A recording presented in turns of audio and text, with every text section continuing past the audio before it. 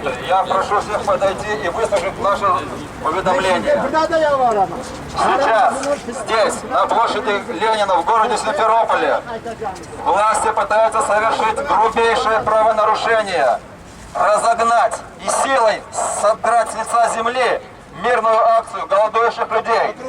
Ради этого они быстро, вчера вечером, провели незаконное заседание суда, куда не были приглашены никакие люди. Вы нам не дали Пожалуйста, пожалуйста, собирайтесь. Вы знаете, что митинг был здесь. На сегодняшний день, пожалуйста, давайте.